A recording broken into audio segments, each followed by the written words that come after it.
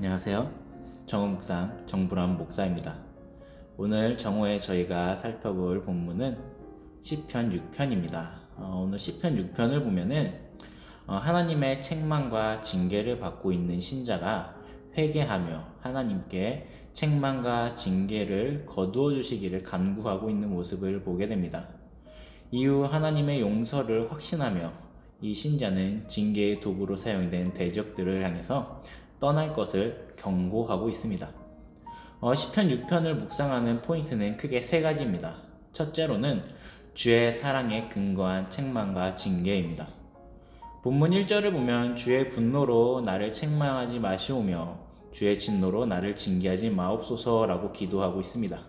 그러나 이 9절에는 오해의 소지가 조금 있는데 조금 더 명확한 의미는 주께서 나를 책망하시되 분노로 하지 마시고 주께서 나를 징계하시되 진노로 하지 마옵소서라고 하는 간구의 의미입니다.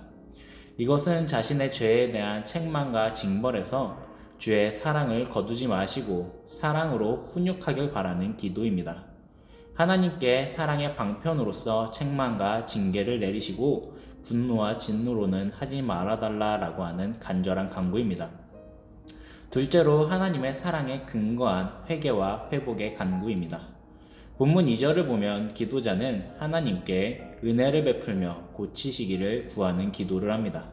지금 기도자는 하나님의 책망과 징계가 원수라는 수단을 통해 자신에게 주어졌음을 느끼면서 두렵고 불안해하고 있습니다. 그리고 나를 괴롭게 하는 대적을 하나님께서 묵인하고 계시는 모습을 통해 절망하며 자신의 죄악을 통회하고 있습니다. 이런 모습을 보면 본문 6절에서 7절에 잘 나타나고 있습니다.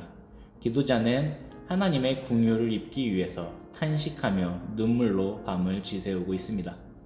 본문 4절에서 5절은 이런 탄식 중에 기도자가 하나님 앞에 나아가 용서의 은혜를 간구하면서 회복을 구할 수 있는 확실한 근거를 알려줍니다. 바로 하나님의 사랑에 근거하기 때문입니다.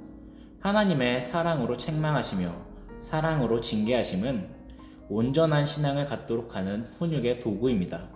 그런데 만약 하나님께서 분노와 진노로 죄에 대한 책망과 징계를 내리신다면, 그리고 분노와 진노로 인해서 기도자를 구원하지 않으신다면 하나님은 기도자를 통해 감사의 찬양과 영광을 받을 수가 없습니다. 지금 기도자는 이것을 근거로 하여서 주께서 사랑으로 나를 구원하시면 내 영혼은 주의 구원을 기억하며 주께 감사하는 온전한 신앙의 길로 훈육될 것입니다 라고 기도하고 있는 것입니다.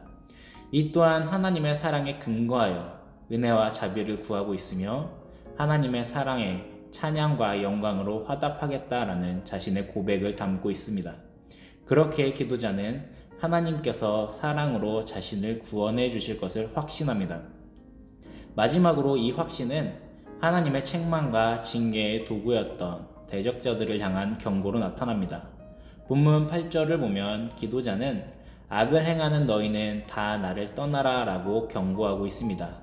기도자는 자신의 탄식의 기도가 하나님께 응답되었음을 선언하면서 이제 하나님의 징계가 끝났음을 확신합니다.